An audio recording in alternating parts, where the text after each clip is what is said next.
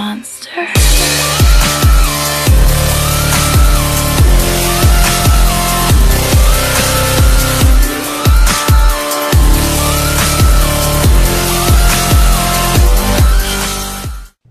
Hey guys, Calling72 here, and today I have for you guys a 4-part mini-series featuring the Centennial T95 as we try to take down 3 marks of excellence on it. We are currently, I believe, we were at 88% before this game, but then with this game, because we hadn't played in a while, I think we went up to about 91 or 92.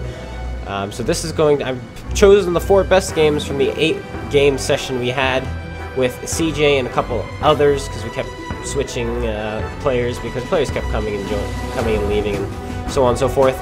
And I'll explain exactly where I'm going, why I'm going there as we play. Now, I'm taking the middle right away because in the middle we'll be able to use our gun depression. But first I want to kill off that Borsa because we can, therefore we do. Oh, we got the Cliff theme song, first time we've used it. I like it, it's interesting indeed, but there it is. But this is going to get hot and intense very quickly, so the music is going to start right away. Putting a shell in this HK. Now from up here, what you can normally do is put shots into the side of those tanks down there as they cross. The one issue with being up here though, however, is artillery. Now I thought about shooting that Centurion down there, but instead I changed my mind and decided to go for the HK-12. The reason, or HWK-12, the reason I did that was because the HWK was a sure shot and the immediate threat right now. Why waste a shot on the Centurion when I may or may not even hit him, and he's not even posing a threat to us right now? We take out the HK and we're going to immediately switch our attention to this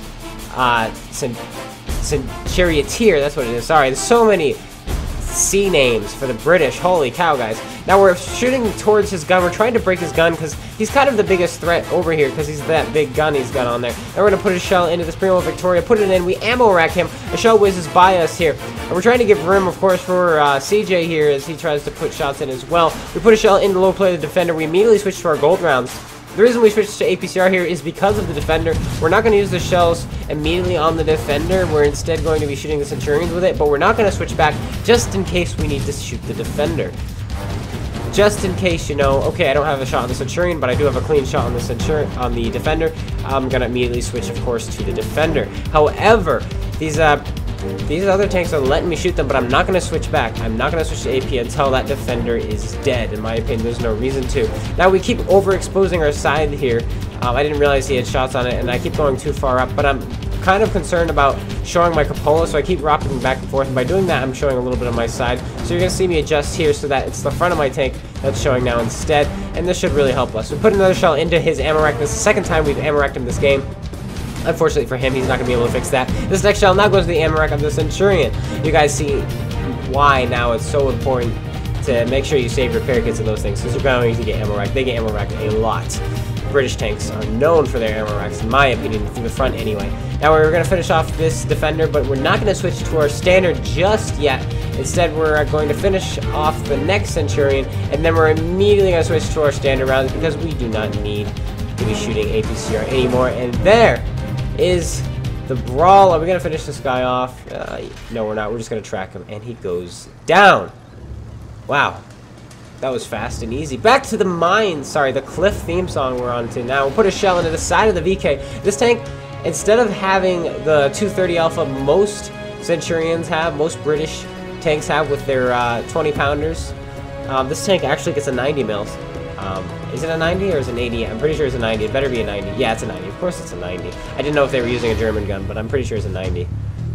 So it has a 240 alpha, so you're seeing us roll pretty high. I aim for the bar. We can overmatch this 25 millimeters there. Unfortunately, it goes high and we missed. We probably should have gone for the cupola, but I was a little bit concerned that he would hit me in the cupola again, so I kind of just snapped that shot off towards his bar instead of towards his cupola. The cupola would have been the better shot, but I did not take that one. Instead, I just snapped it off. Now we're going to go after this T-32 and this Primo Victoria, another Primo Victoria. Wow, they're out there today, aren't they?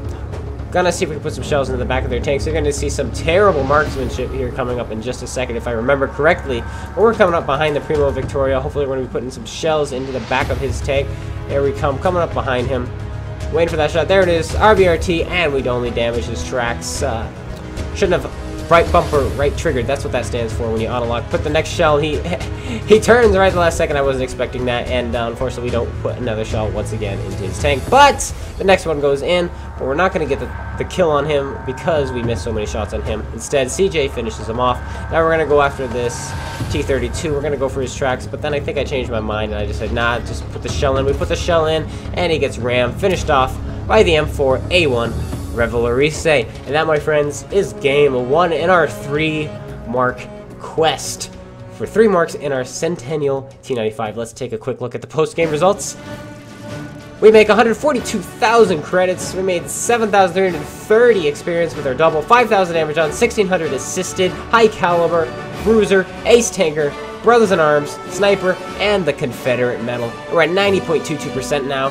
We blocked a bit of damage, and I can't see how much base XP, 2,000 something, but you guys can see it. Anyway, thank you guys so much for tuning in. I hope you guys all enjoyed. If you did, please slap that like button, comment, and subscribe. Make sure you tune in and check out tomorrow as we post Game 2 and our endeavors, our quest for 3 marks of excellence. Thank you guys once again so much for watching. Go check out Space Minute. Go check out GotADingy. Until then, hope you guys do. Take care and peace out.